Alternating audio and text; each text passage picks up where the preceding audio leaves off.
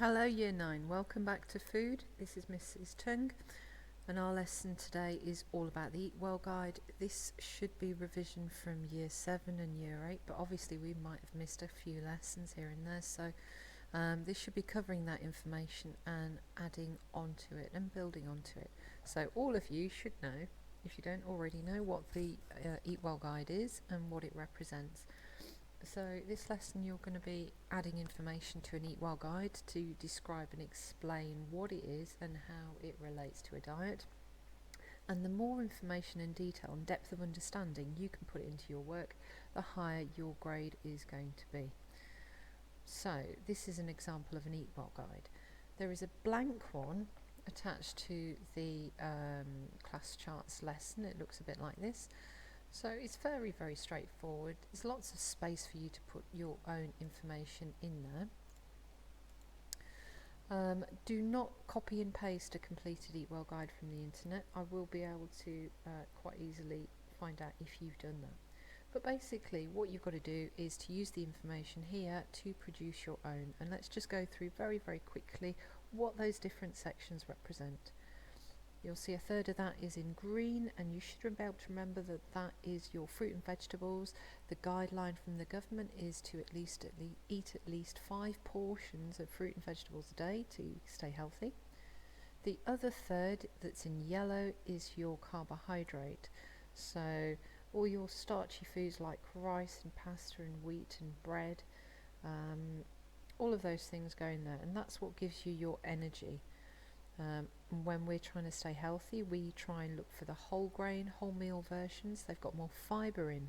Fibre is really important for your digestive system, for your bowel system. It reduces your likelihood of cancer, bowel cancer, but it also means you've got extra B vitamins in there too.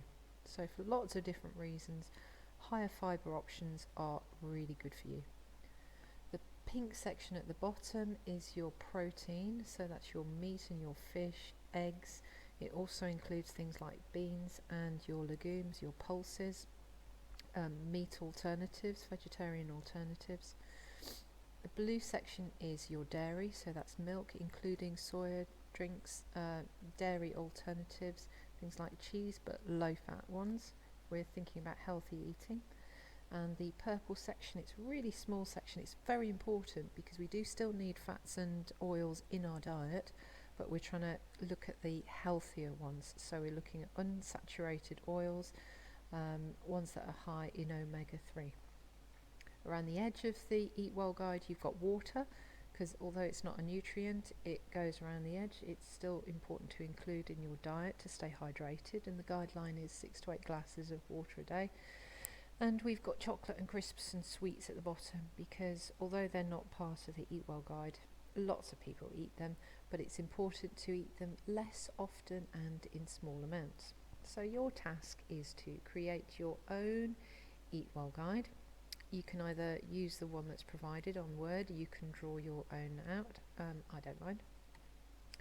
But then I would like you to add extra information about micronutrients and just additional research. You can either add it into your Eatwell guide and have bubbles coming off, you can have little tabs that fold out, or you could have a separate sheet with this information in there.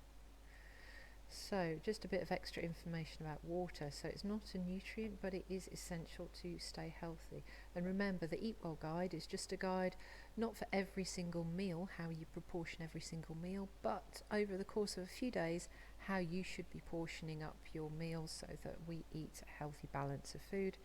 And the Eatwell guide really only applies to adults and larger children. It doesn't apply to babies or people that have got special dietary needs. Make sure you include water. You've got a little bit of information about micronutrients to help you add that part of the information to your Eatwell guide. You might have to use Google to find out extra information about why those micronutrients are important for functions in the human body. What might happen if you've got a diet that doesn't have enough vitamin B or doesn't have enough vitamin C? What would happen? Go and find that out and put that into your own Eatwell guide.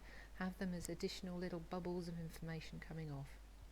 If you finished all of that, you found it really interesting, you found it easy, you've done it really quickly, hopefully you haven't done any copy and pasting because I'll be asking you to do it again.